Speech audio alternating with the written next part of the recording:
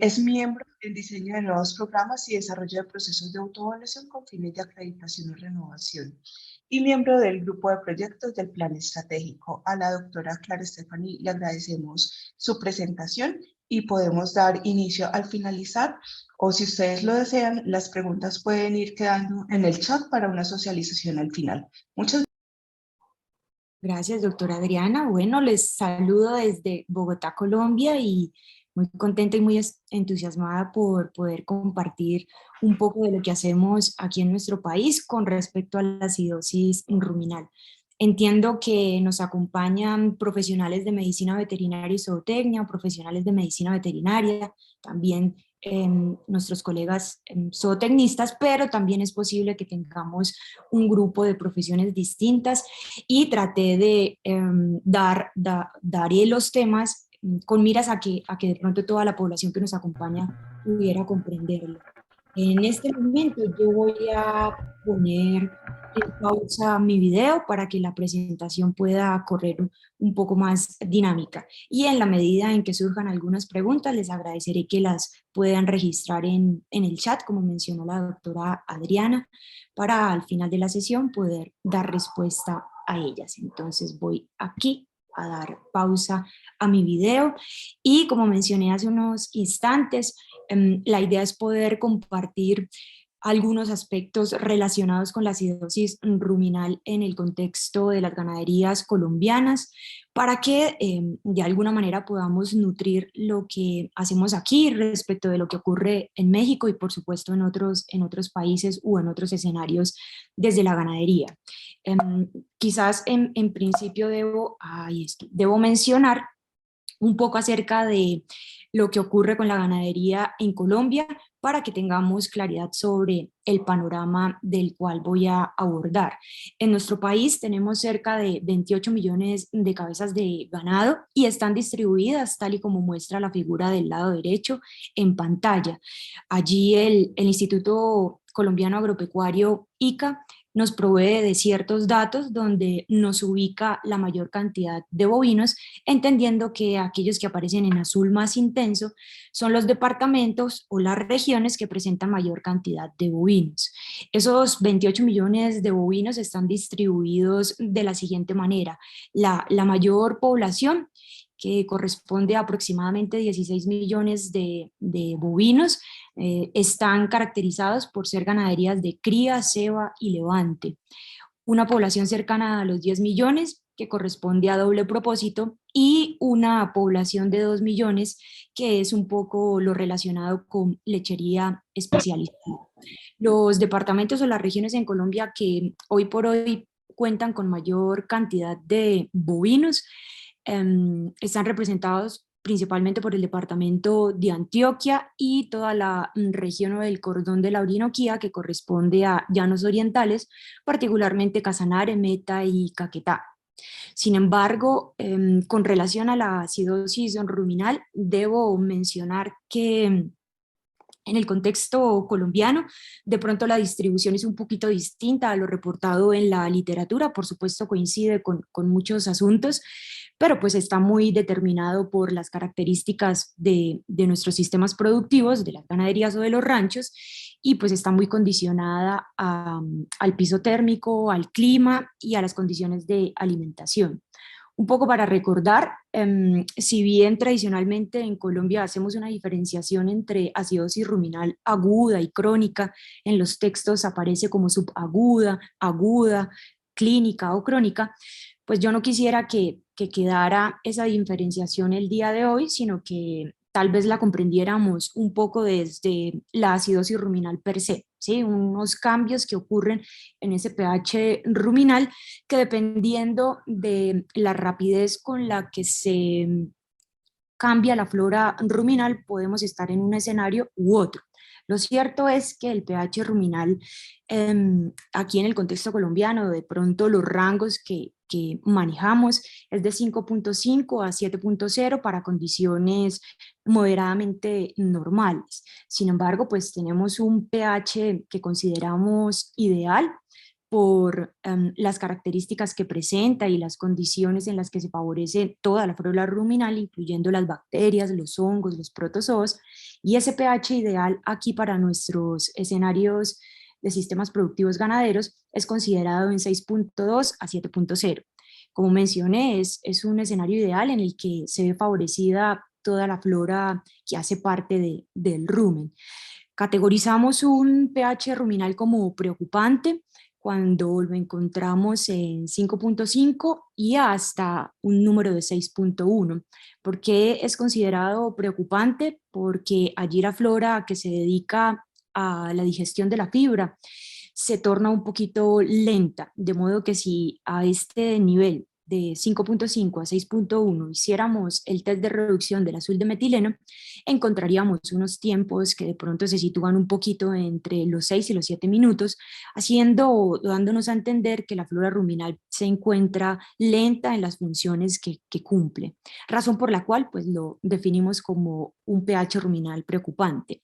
Y un pH ruminal considerado peligroso es aquel que encontramos por debajo del 5.4 y es peligroso en tanto que allí ya encontramos muerte de la flora ruminal, particularmente de las bacterias que digieren esa fibra y el aumento rápido que tienen las bacterias productoras de ácido láctico que finalmente pues, nos van a llevar a la presentación o a las condiciones de acidosis ruminal. En nuestras ganaderías, de pronto la presentación de la acidosis ruminal, como mencioné hace un ratito, es quizás varía un poco a los reportes a nivel internacional, pero por supuesto se coinciden con varios aspectos, ¿no?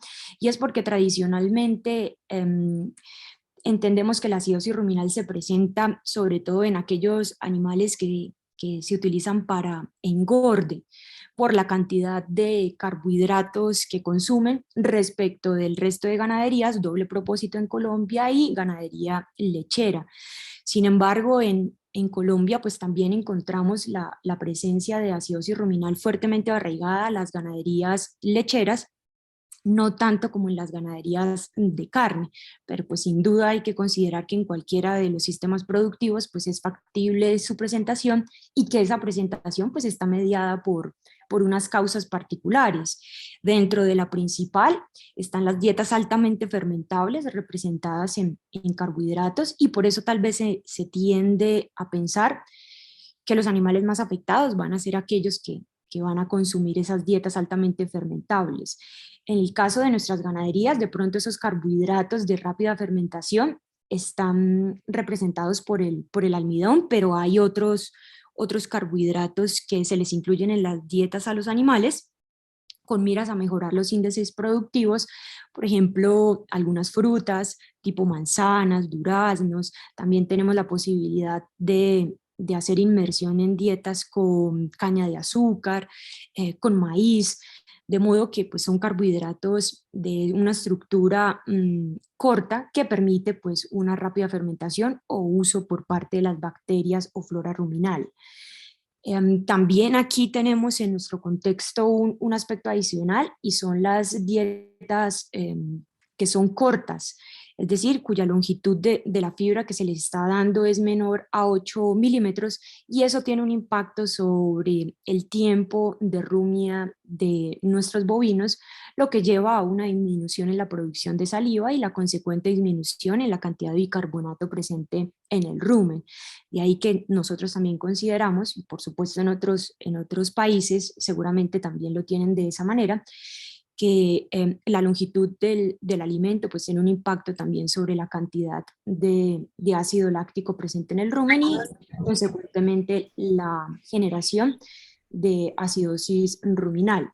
Durante la gestación también es un aspecto que aquí consideramos, por cuanto voy a tratar si de pronto puedo dibujar y quizás allí alguien me dice si estoy dibujando. Sí, aparece por ahí una estructura de color rojo que puse en pantalla o de repente no. Ah, perfecto. Específicamente para este aspecto, con lo que tiene que ver durante la gestación, para nosotros el tamaño de las papilas ruminales pues juegan un factor importante. Bajo condiciones de no gestación, digamos que la papila ruminal tiene un tamaño tal y como la acabo de dibujar, pero también tiene unas zonas de descanso, o que tradicionalmente conocemos como descanso, siendo la punta o la parte media de la papila ruminal la región que más absorbe, y de pronto la que se encuentra justamente en las depresiones, por ser zonas de descanso, pues no tienen esa facultad de absorber tan fuerte como lo hacen otras regiones de la papila ruminal. Al tener el efecto del útero, donde el útero pues va a ir creciendo a medida que pasa el tiempo de gestación, ese útero va a presionar o va a llevar a que las vísceras estén un poco hacia craneal, y eso hará que las papilas ruminales estén muchísimo más juntas las unas de las otras, lo que hace que exista una posibilidad de absorción muchísimo mayor. Y está bien que sea de esa manera, porque el animal gestante pues requiere una absorción importante de nutrientes para la mamá y para la cría que está creciendo. Ahora bien, si las condiciones del rumen no son las favorables y tenemos situaciones como acidosis ruminal, pues se va a favorecer la absorción de ácido láctico, razón por la cual pues el tamaño, la densidad de las papilas ruminales justamente en ese periodo de gestación pues cobra importancia para esta patología en nuestro contexto.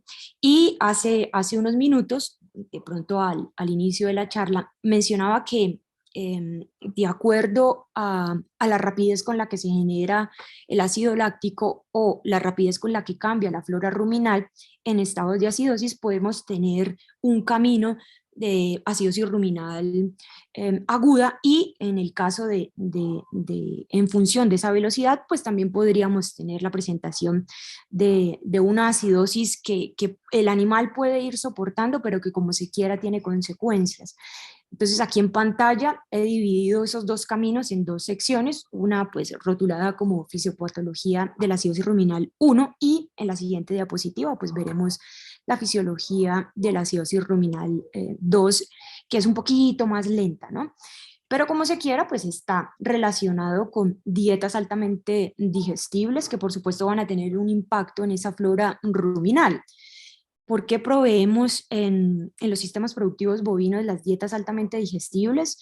Para tratar de elevar la cantidad de ácidos grasos volátiles y asimismo pues tener una producción desde los índices productivos pues importantes, ¿no? En la medida en que se produzcan esos ácidos grasos volátiles, por supuesto el animal pues va a tener una producción mayor, bien sea de acético, propiónico y butírico, los principales ácidos grasos volátiles, y la idea es que si las raciones fueran acertadas, que en la medida de lo posible pues lo son, la producción de esos ácidos grasos volátiles estuvieran acorde con lo que estoy buscando en el mejoramiento de la calidad de los productos de estos animales. Sin embargo, cuando sobrepasamos las raciones que cada animal debería tener en dietas altamente digestibles o en carbohidratos de estructura corta, la sobreproducción de esos ácidos grasos volátiles pues nos va a llevar a una disminución del pH, que tal vez en la filmina donde mostré las categorías de pH ruminal, lo encontramos como crítico, ¿cierto? O más que preocupante, pues peligroso. Y es justamente cuando ese pH en el rumen cae por debajo de los 5.4. Y ahí tenemos la motivación de una bacteria, del Streptococcus bovis, de empezar a replicarse. El Streptococcus bovis pues, es una bacteria habitual de rumen, que favorece la producción de ácido láctico, con una característica importante. Este Streptococcus bovis se replica muy bien bajo pHs menores a 5.4 y hasta 4.5. El Streptococcus bovis no tiende a soportar pHs más allá del 4.5, no le es favorable para él. Pero digamos que es la primera bacteria que nos va a condicionar una caída de pH importante. Ya cuando el pH está por debajo de los 4.5, interviene otro tipo de bacterias, o preferentemente aparecen otras bacterias, y de pronto dentro de los más representativos estarían pues, los lactobacillus y la megasfera, ¿no? Sobre todo el lactobacillus. Pero pues las bacterias que aparecen allí en pantalla, como si quieran, pues nos contribuyen a la producción de ácido láctico. Tradicionalmente ese ácido láctico que se produce a nivel ruminal tiene dos formas, una forma D, que es considerada la más crítica o la más importante, y una forma L, que de pronto es la manera tradicional en la que se produce el ácido láctico y que los bovinos pudieran llegar a resolver o amortiguar sin mayor problema. Una vez empieza esa caída de pH y la multiplicación de las bacterias, comienza un ciclo que es muy, muy difícil de romper. ¿Por qué? Porque no tenemos la manera o bueno, no detectamos a tiempo que damos o continuamos dando esas dietas fermentables. Lo ideal sería que si detectamos aquí la caída de pH, se rompiera el ciclo sin proveer más carbohidratos de cadena corta, ¿no?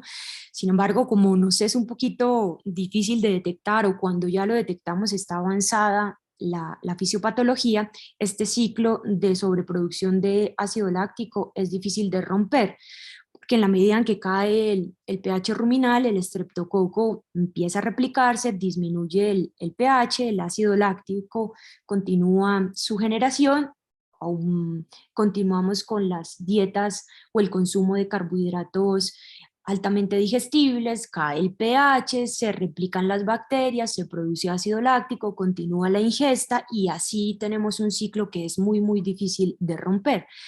Y en esa producción de ácido láctico, pues digamos que aparecen unas consecuencias bastante fuertes para el bovino. Entonces, de pronto lo primero que llegase a ocurrir por la irritación que genera esta sustancia es una inflamación de la papila ruminal, es decir, una ruminitis.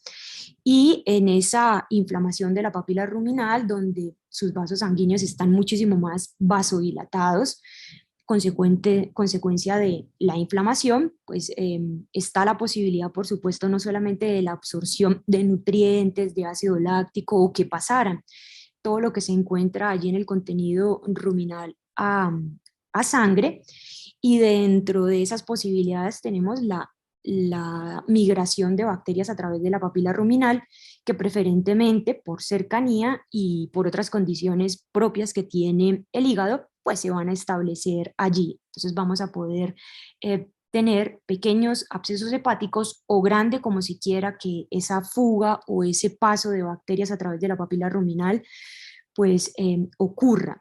Si miramos un poco más hacia el futuro y si de alguna manera nuestro animal cuando presenta la acidosis ruminal logramos salvarlo, esos abscesos hepáticos de pronto no solamente van a estar allí, sino que tenemos la probabilidad de tener algunas adhesiones de bacterias al endotelio de la vena cava caudal y a futuro, en un par de años, este animalito que padeció acidosis ruminal pudiera desarrollar trombosis de la vena cava caudal, que es una de las características de pronto que sucede en nuestras ganaderías colombianas, sobre todo en leche, que en un primer momento empiezan a exhibir los bovinos unas claudicaciones también asociadas a acidosis ruminal y al paso de los años, 2, 3 años más tarde, desarrollan trombosis de la vena cava caudal.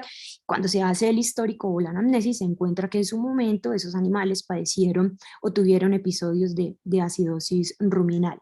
Entonces, este es tal vez el primer, lo que primero ocurriría allí en el rumen como consecuencia de esa presencia de ácido láctico.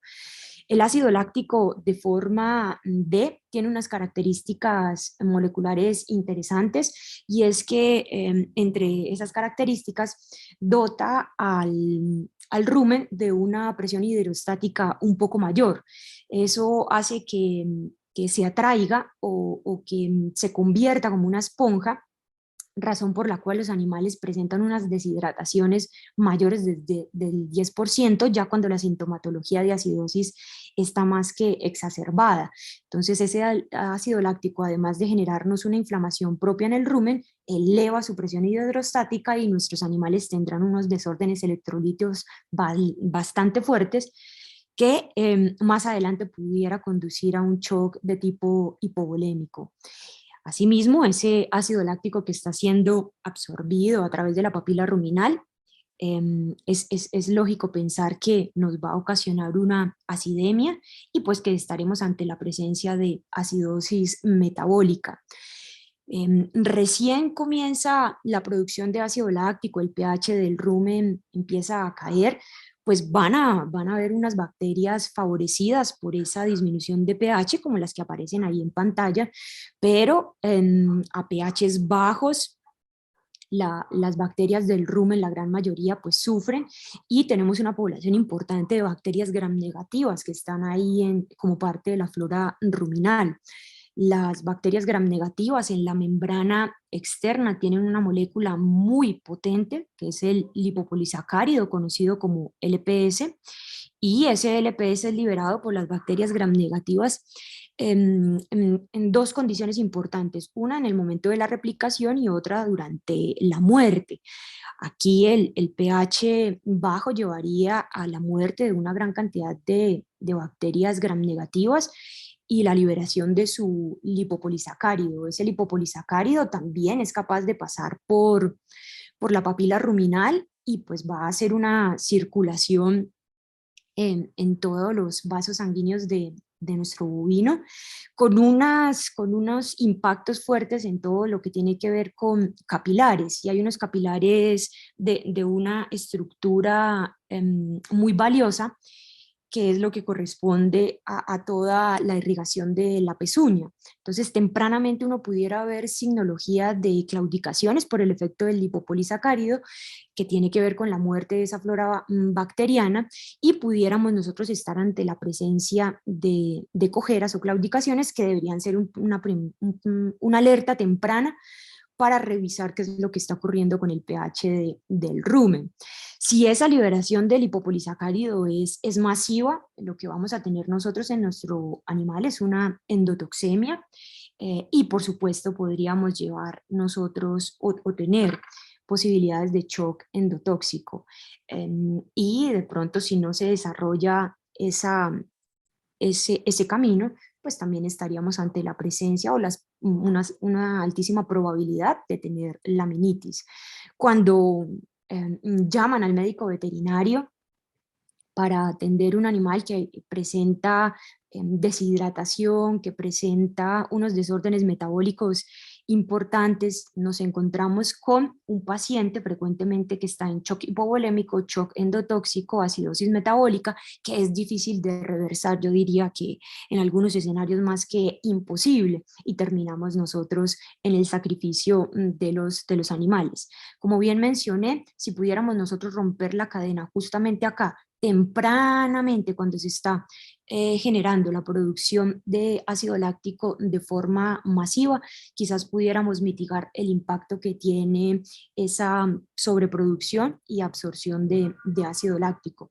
Desgraciadamente o desafortunadamente nos es difícil romperla, y pues ya empezamos nosotros a ver o a tratar los efectos que produce ese ácido láctico en nuestros animales. Otro camino que de cierta manera el bovino pudiera llegar a amortiguar de acuerdo a la velocidad con la que se está generando esos ácidos lácticos, ese ácido láctico es este camino que está ahí en pantalla. Y es que, bueno, ocurre la disminución del pH ruminal por los carbohidratos altamente digestibles o altamente fermentables. Y por supuesto, pues vamos a tener un impacto en esa flora ruminal para la producción de ácidos grasos volátiles. Cuando de pronto esa carga de carbohidratos no es tan alta como el escenario anterior, ocurre un cambio en las proporciones de bacterias que aparecen, que están allí en la flora ruminal. Aumentan las sacarolíticas y las amidolíticas y disminuyen un poco las celulolíticas. ¿Y eso a qué lleva? A una disminución particularmente del ácido graso volátil acético y una producción importante o mucho mayor de propiónico y butírico. Y aquí podemos tener algunos caminos distintos. Uno es que esa disminución de ácido acético en el escenario colombiano lo conocemos como un síndrome que es el síndrome de la leche descremada o el síndrome de la leche baja en grasa. indicándonos que ese ácido graso volátil tuvo una fuerte caída y que seguramente esta caída está mediada por el cambio de las bacterias que vienen como consecuencia de un aumento en el consumo de carbohidratos altamente digestibles. Y ese aumento del propiónico y del butírico pues nos conducen también a otros escenarios. Y es que particularmente el propiónico, ¿no? Tiene una función glucogénica fundamental allí en el hígado y a través de sus rutas metabólicas podría conducirnos a la síntesis de grasa y el aumento de grasa corporal en nuestros animales, que aquí, así como la disminución del acético en Colombia la conocemos como el síndrome de la leche descremada o baja en leche, cuando ocurre este proceso de aumento de las reservas grasas, nosotros lo conocemos como el síndrome del bovino gordo. Y de pronto, tanto este síndrome o esta presentación de bovino gordo o cuyas condiciones corporales están más allá de lo que uno espera en el sistema productivo y este aspecto de la caída de la grasa en la leche, son alertas que ya no son tempranas, pero finalmente son alertas que deberían conducirnos a hacer unas modificaciones sobre la ingesta de carbohidratos para tratar de amortiguar ese cambio que está ocurriendo en las poblaciones bacterianas. Ese aumento de propiónico y de butírico tiene unas consecuencias también importantes que hay que reconocer en la papila ruminal. Entonces, tradicionalmente con las concentraciones de propiónico y butírico adecuadas, la papila ruminal tiene X tamaño, un tamaño que le favorece la absorción, pero al tener esa sobreproducción, la papila ruminal también se ve favorecida en un primer momento y digamos que tenemos una posibilidad de sobrecrecimiento de esa papila ruminal con una consideración importante. Se trata de una hiperplasia con paraqueratosis. ¿Eso qué significa? Que sí, que la papila ruminal se hizo un poco más robusta, más grande en tamaño, pero que hay una capita de queratina que frecuentemente la tenemos, también cuando las papilas están de tamaño normal la tenemos, pero esa queratina que tenemos en condiciones naturales permite la absorción y es de una manera en que se protege la papila ruminal, es un cambio metaplásico, se protege la papila ruminal, pero la absorción de nutrientes no se ve en detrimento, mientras que cuando ocurre este sobrecrecimiento mediado por el propiónico y el butírico en abundancia, esa hiperplasia se caracteriza por coincidir con una paraqueratosis, donde la queratina tiene otras características, un poco más de abundancia, y ahí sí ya la absorción de nutrientes se ve un poco condicionada. De pronto cuando estamos en clase, la manera que me es más fácil explicarle o mostrarle a los estudiantes es que piensen un poco en las callosidades que se presentan en las plantas de los pies de los humanos, o bueno, incluso de los perritos, donde hay un sobrecrecimiento de ese tejido por una constante irritación, que en este caso podríamos, si lo queremos asociar con el propiónico y el butírico, esa queratina se hace sobredimensionada, pero también es fácil que se fracture. Y esos callos o esas callosidades plantares a veces tienen unas grietas, es decir, que es fácilmente quebrantada esa queratina y a través de esas pequeñas grietas o fisuras que se producen en esa queratina, pues tenemos la condición del paso de bacterias que van a ir a circulación y nos van a llevar a la posibilidad de presencia de abscesos hepáticos que pueden quedarse allí como abscesos hepáticos y también, como mencioné en la diapositiva anterior, a la adhesión de algunas bacterias en el endotelio de la vena cava caudal y a futuro trombosis de la vena cava caudal. Ese propiónico y ese butírico también hay que tener presente que tiene la posibilidad o nos dan la posibilidad de detectar cuerpos cetónicos, particularmente el beta hidroxibutirato.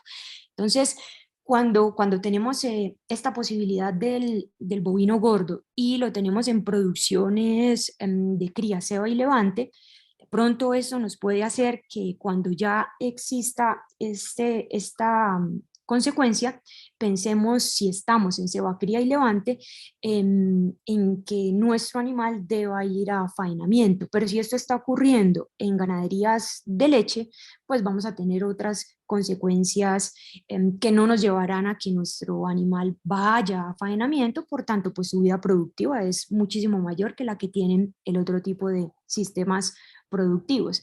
Y en Colombia nos pasa algo interesante, bueno, yo me imagino que será en muchos escenarios, es que si vemos a nuestros animalitos gordos, pensamos por algún motivo en nuestro imaginario que ese aumento de peso tiene que ver con salud. Si tenemos un bovino gordo es porque nuestro bovino está saludable y de pronto es un hallazgo que nos está indicando que estamos atravesando o vamos en vías a tener este tipo de situaciones con ocasión de la disminución del pH ruminal.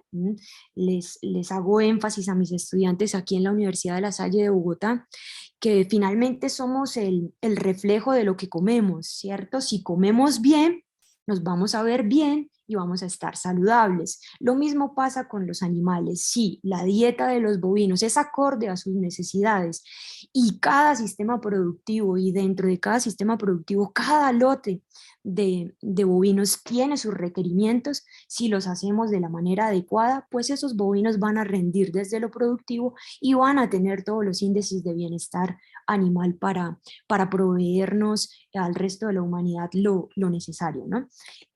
Eso con relación a los dos posibles escenarios que se pueden presentar con ocasión de la disminución del pH ruminal.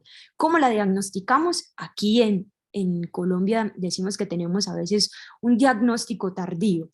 Es habitual que los sistemas productivos o las fincas en Colombia de pronto llamen de manera intermitente al veterinario o al médico veterinario zootecnista. ¿Cuándo nos llaman? Cuando un animal enferma.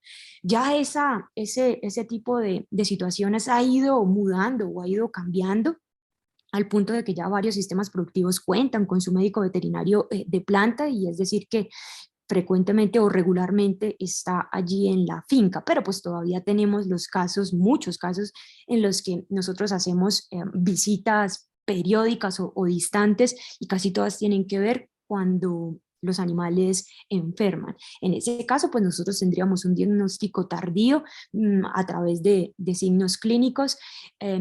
Si ya la acidosis es violenta, tendremos toda la signología clínica de un animal con deshidrataciones mayores al 10%, toda la signología de acidosis metabólica y toda la signología de endotoxemia, ¿no? Ojalá pudiésemos nosotros siempre decir que tenemos un diagnóstico temprano, pero ese diagnóstico temprano pues está mediado por la observación y la inspección que debe hacer el médico veterinario, el MVZ o el Z, y el trabajador o el mayordomo, como lo conocemos aquí en Colombia, es una unidad clave, porque él es el que está en mayor contacto con los animales y tempranamente puede llegar a identificar ciertas cosas que el veterinario de pronto por las visitas distantes que hace no le es tan sencillo detectar. Cambios en la materia fecal que tienen los animales en términos de color, de olor, de consistencia, también las cojeras o claudicaciones prematuras que pueden llegar a presentar los animales y que no se asocian a otras condiciones, por ejemplo, como los caminos por donde transitan los animales. Cuando esas claudicaciones las están presentando no solamente un animal, sino un grupo de animales, de tal suerte que el trabajador pudiera darnos una pista muy temprana para que nosotros pudiéramos romper un poco con la producción de ácido láctico y no dejar avanzar las consecuencias de esa sobreproducción. También para nosotros es fundamental hacer un análisis temprano y recurrente del líquido ruminal para entender cómo está funcionando o por lo menos tener un panorama de lo que está ocurriendo en el rumen. A veces de pronto ese análisis del líquido ruminal lo asocian con que es necesario que nuestros animales estén con fístula ruminal, y no, de pronto a través del sondeo ruminal, que podemos hacer bien sea por nariz o bien sea por boca, podemos obtener parte de ese contenido ruminal y tener, como les digo, un panorama. Y también pudiéramos realizar en algunas oportunidades la punción directa del rumen para obtener unos 10 ml que nos dieran un panorama de lo que allí ocurre o cómo se está comportando.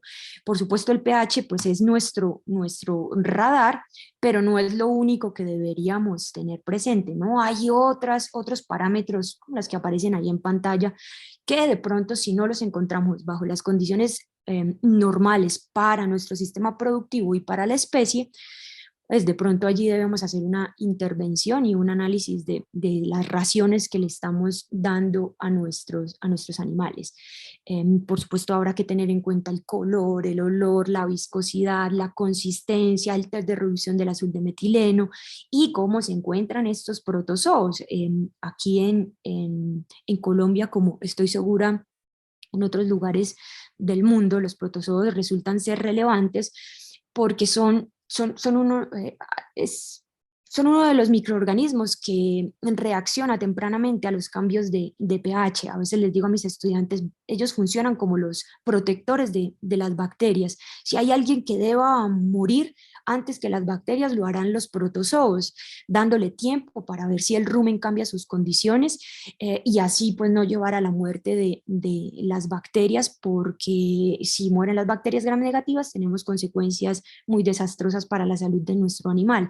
De modo que los protozoos, pues así como también revisamos nosotros el pH, es de importancia considerarlo y tomar un poco de líquido ruminal, poderlo observar al microscopio y notar que están móviles, que están bien activos, o como decimos en Colombia, vivarachos, pues ya para nosotros es una tranquilidad. Si ellos están bien, seguramente el resto de los microorganismos también lo va a estar. Asociado con los otros parámetros y otros que puedan incluir ustedes, estaría más que perfecto para que de algún modo rutinario pudiéramos evaluarlo en nuestros sistemas productivos y tener un panorama de lo que está ocurriendo con la salud del rumen.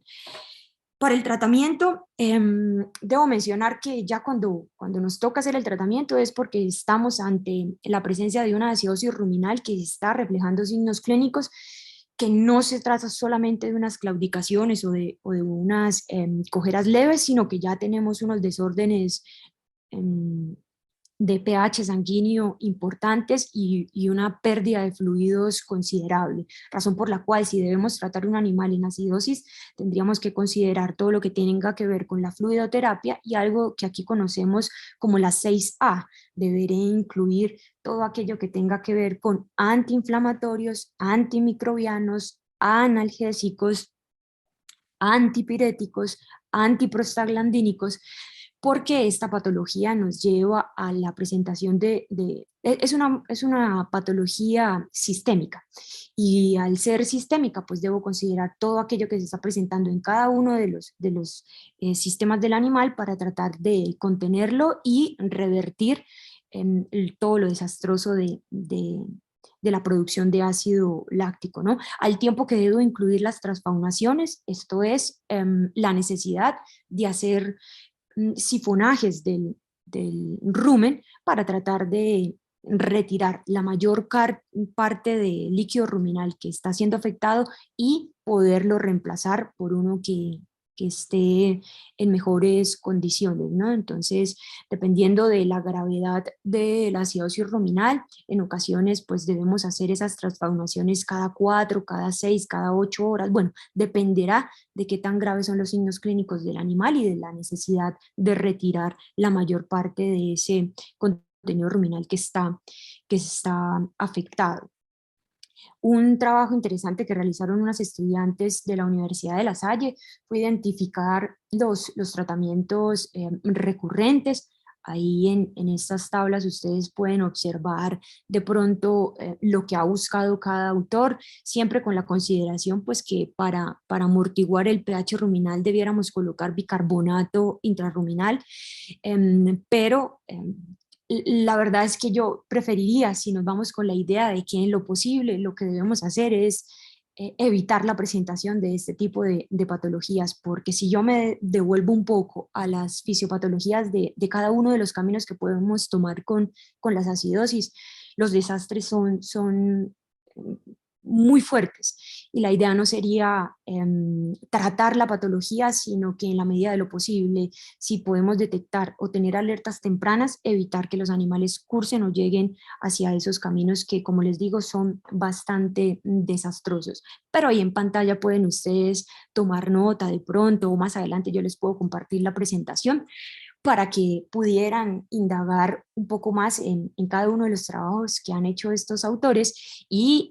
los resultados que han obtenido en términos de si vale la pena o si de pronto todavía tenemos algunas prevenciones en términos del tratamiento, ¿no? Aparece el bicarbonato, aparecen algunas soluciones alcalinizantes, como se quiera, yo prefiero dejarles la idea que las alertas tempranas son la clave en esta patología y en otras, ¿no?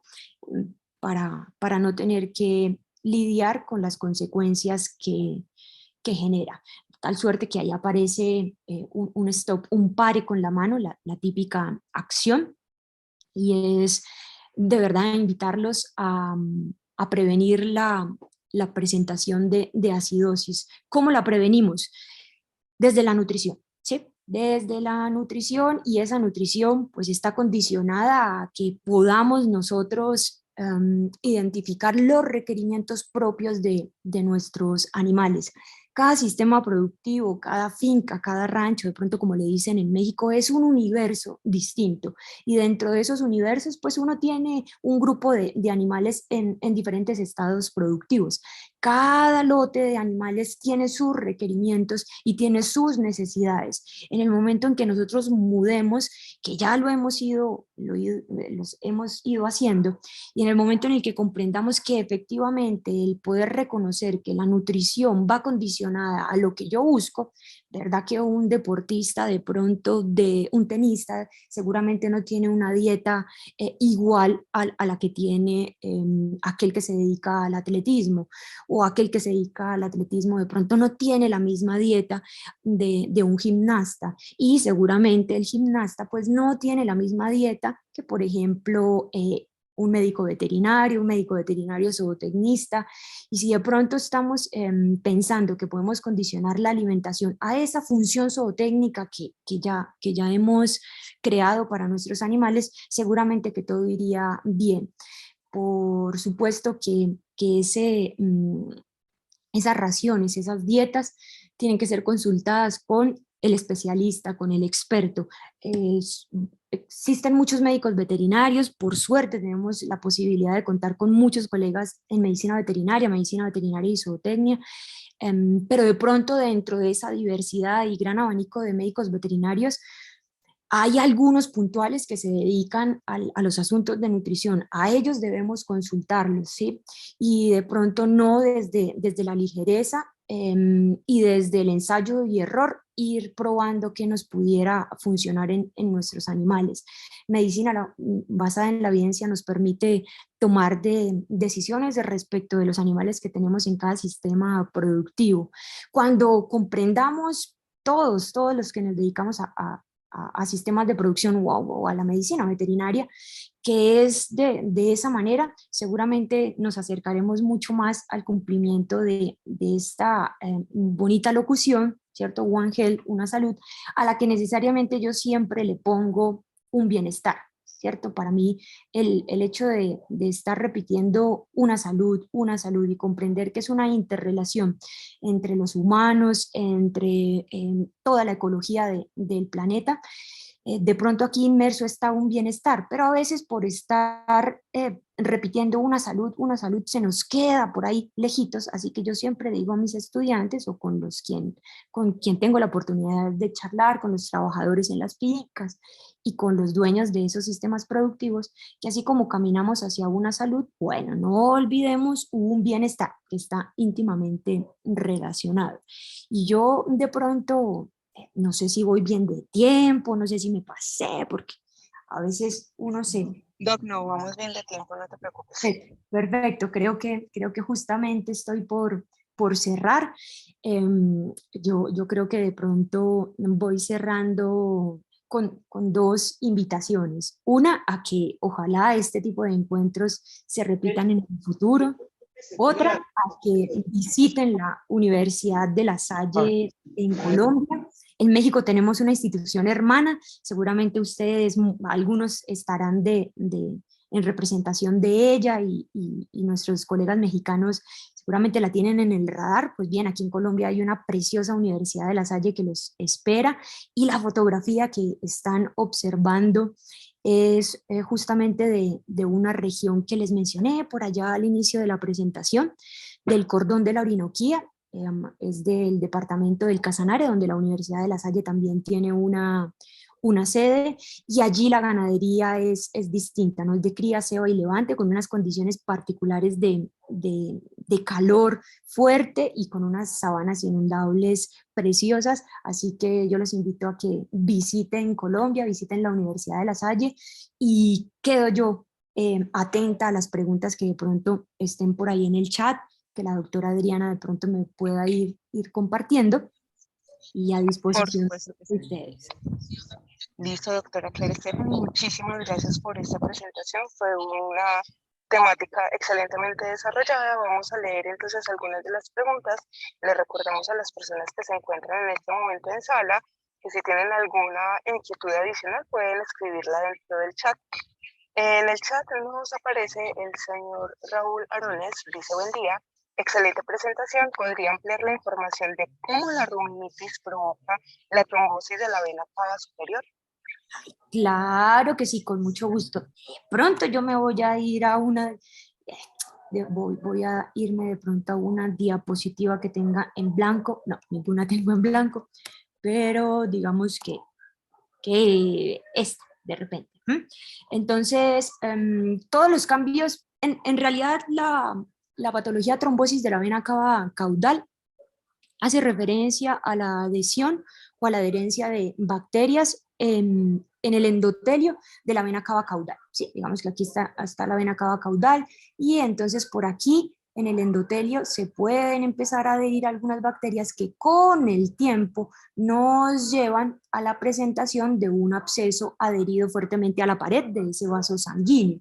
Entonces, estas bacterias, ¿cómo llegan ahí? Pueden llegar por una cantidad de lesiones que puede llegar a tener el bovino. Es decir, por ejemplo, una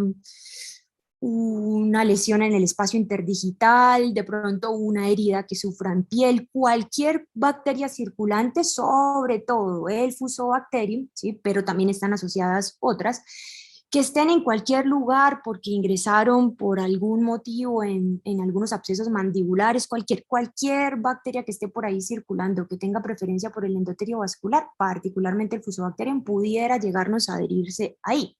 Lo que sucede es que cuando tenemos nosotros ruminitis, pensemos que en este caso es por ácido láctico, pero pensemos en otras causas también, la cantidad de bacterias que pueden atravesar la papila ruminal es muchísimo mayor que, por ejemplo, cuando tenemos una lesión interdigital. Entonces, aquí el paso de bacterias que están en el interior del rumen, entre ellas el Fusobacterium, que no es parte de la flora ruminal, pero sí es una bacteria que habitualmente está allí, puede ingresar por la papila ruminal, hará una circulación como lo haría cualquier nutriente, es decir, sistema porta, hígado, y pues bueno, ahí el hígado tiene la posibilidad, ¿cierto?, de su vínculo con la vena cava caudal, se adhieren esas bacterias, y el flujo de sangre en su momento va a permitir el desprendimiento de algunas partecitas de ese absceso, o lo va a fisurar. Entonces empiezan a migrar esas bacterias en sangre y van a circular por todo el organismo, con una particularidad, y es que cuando están pasando por el corazón, voy a hacer aquí un corazoncito, ¿cierto? Pasarán por la aurícula derecha, el ventrículo derecho, llegarán a pulmón. Y la idea es que la sangre, si estuviera bien, y es la circulación normal, luego va a izquierda, aurícula izquierda, ventrículo izquierdo y circulación sistémica ya cuando se ha oxigenado. Pues cuando las bacterias están haciendo este recorrido, que es el mismo que hace la sangre, se ubican en el pulmón, ¿cierto? Y en el pulmón se van a adherir, así como se adhirieron a este endotelio, se van a adherir al endotelio vascular de los capilares. Y esos capilares entonces van a estar llenos de bacterias. Aquí con el tiempo, esta vena, como es tan grande, tan robusta, su endotelio es fuerte, digamos que la probabilidad de que este endotelio pueda romperse es menor por las características del vaso sanguíneo, es una vena. Aquí tenemos capilares, entonces los capilares son más delgaditos y cuando llegan aquí las bacterias lo que causan es que ese endotelio vascular del capilar se adelgace. Ya de por sí es chiquitito, ese endotelio vascular adelgazado es un aneurisma y entonces tiene la posibilidad de romperse por el esfuerzo natural que hace el animal durante la respiración. No se nos rompe un solo capilar, si se nos rompen muchísimos capilares al tiempo, mucho. Y entonces los animales empiezan con un sangrado por nariz, empiezan a toser y por boca, y bueno, tenemos ahí trombosis de la vena cava caudal, que cuando ya ocurren estas hemorragias pulmonares, pues no tenemos mucho por hacer y terminamos con el sacrificio de los animales. Espero yo haber dado respuesta a la pregunta y súper corta la fisiopatología de la trombosis de la vena cava caudal. Muchas gracias por la respuesta, doctora. Ahora tenemos otra pregunta de la señora Blanca Rosa Moreno. Nos dice, hay dos preguntas. La primera dice, ¿podría explicar el por qué en los cuadros de acidosis crónica hay hiperplasia e hipertrofia de las papilas ruminales y su ennegrecimiento? También pregunta si puedes profundizar la prueba de reducción del azul de metileno. Esas son dos preguntas. Claro que sí, doctora. Entonces, bueno, muchas gracias por la pregunta. Para la primera, un profesor sin pizarrón no es profesor, ¿cierto? Entonces a mí me gusta rayar un montón. Y resulta que el propiónico y el butírico, a ver, entendámoslos de pronto como, o pensémoslos como si fueran mucha energía, mucha energía, y es un nutriente que provee de energía. Entonces, bajo condiciones de concentraciones normales de propiónico y de butírico, la papila ruminal está quietica, tiene un tamaño natural y moderadamente normal. Cuando esas condiciones o las concentraciones de propiónico y butírico aumentan, es como si yo le estuviera dando demasiada energía a esa papila ruminal. Y esa papila ruminal, como si la estuviéramos ejercitando, va a crecer, va a mudar o va a cambiar de tamaño, se hace muchísimo más grande. En condiciones naturales, el epitelio del rumen, así como del retículo, por el tipo de dieta que tiene el bovino, que es fundamentalmente forraje, naturalmente sufre una metaplasia, ¿sí? Que es un cambio de epitelio del mismo origen embrionario. O sea, es natural que nosotros encontremos una queratina sobre nuestras papilas ruminales, sobre el tejido del retículo también, pero digamos que esa queratina es bonita, si tiene una estructura donde el paso de nutrientes no se interrumpen, donde es lo natural para la especie, ¿sí? Seguramente si lo extrapolamos a humanos, el esófago del humano también puede llegar a sufrir una metaplasia por lo que comemos, dependiendo de si nuestra dieta es blanda, si nuestra dieta es un poquito más dura o más fibrosa, el epitelio se va protegiendo sin pérdida de su función. Cuando esas concentraciones del propiónico y del butírico son abundantes y estimulan el crecimiento de la papila ruminal, al tiempo estimulan el crecimiento de la queratina.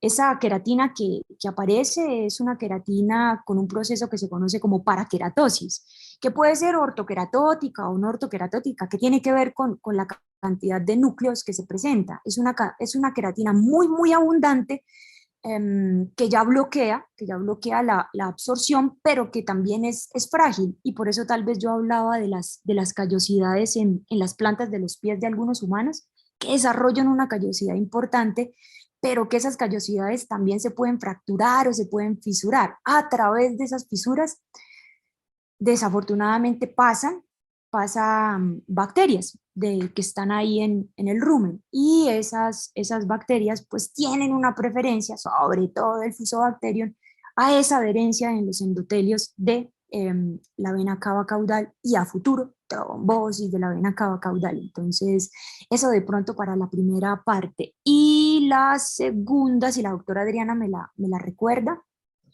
Sí, claro que sí, doctora. En esa segunda pregunta era profundizar sobre la prueba de reducción del azul de Ay, sí. metileno.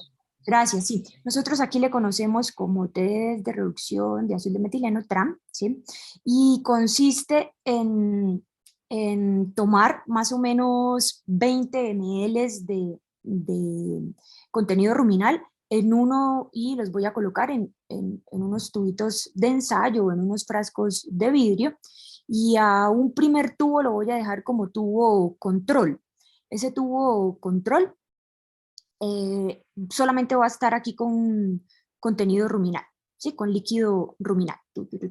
Será nuestro tubo control. Y el otro con 10 ml de contenido ruminal o de fluido ruminal. Y el otro tubo que será nuestro tubo problema, a ese le voy a colocar los mismos 10 ml de contenido ruminal o de líquido ruminal, y le voy a agregar 0.5 ml de azul de metileno, de solución de azul de metileno. La flora ruminal tiene la capacidad de reducir el azul de metileno. Entonces, al inicio, antes de colocar el azul de metileno en nuestro tubo problema, nuestros dos tubos de ensayo, nuestros dos frasquitos de vidrio van a estar de color del líquido ruminal que hayamos obtenido. Digamos que es un verde oliva o un verde aceituna. Los dos van a estar de color verde.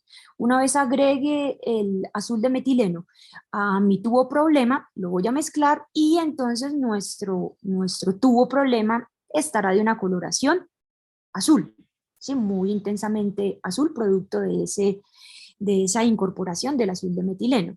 Y ahora lo que yo voy a esperar es unos minutos para ver cuánto tiempo tarda nuestro tubo problema en volver a ser del color de nuestro tubo control. Entonces nosotros tenemos unos parámetros que, si es menor a 3 minutos el tiempo que tarda el tubo problema en nuevamente mudar al color del tubo control, es una flora muy activa, muy fuerte, muy entusiasmada, es una flora espectacular. Si de pronto nosotros tenemos un tiempo de reducción del azul de metileno entre 3 y 6 minutos, es una flora normal, pero la consideramos un poquito perezosa. Entre más cercano esté a los 6 minutos, la vamos considerando perezosa. ¿Todavía funciona? Claro que sí, pero esa flora perezosa puede estar relacionada con una flora lenta, de pronto de lo que yo mostré. Nos queda un minuto. Dale. Lo que de pronto yo mostraba en alguna de las diapositivas con la flora lenta, que tiene que ver ya con un pH donde estamos empezando a caer, que estamos por debajo del 6,2. Y si de repente nuestra flora ruminal tiene un tiempo de reducción del azul de metileno mayor a 10 minutos, esa flora ruminal no nos sirve, y esa flora ruminal la debemos reemplazar de pronto, de alguna manera. Lo más sencillo sería con las transfaunaciones. Y como ven, a mí estos temas me apasionan y nunca da tiempo para poder responder. Pero yo al inicio y al final de la presentación puse mi correo electrónico. Estaría inmensamente agradecida si a través de correo me pueden hacer llegar sus inquietudes, y yo con mucho gusto se las voy a responder en la medida de lo posible, ¿no? Doctora Adriana, antes de que me cortes. Listo, no, antes muchísimas gracias, doctora, por todas las explicaciones. Agradecemos inmensamente su participación, y en este momento entonces cedo la sala a la doctora Graciela para nuestra siguiente charla. Muchísimas gracias. A ustedes muchas gracias, nos vemos en un ratito. Gracias.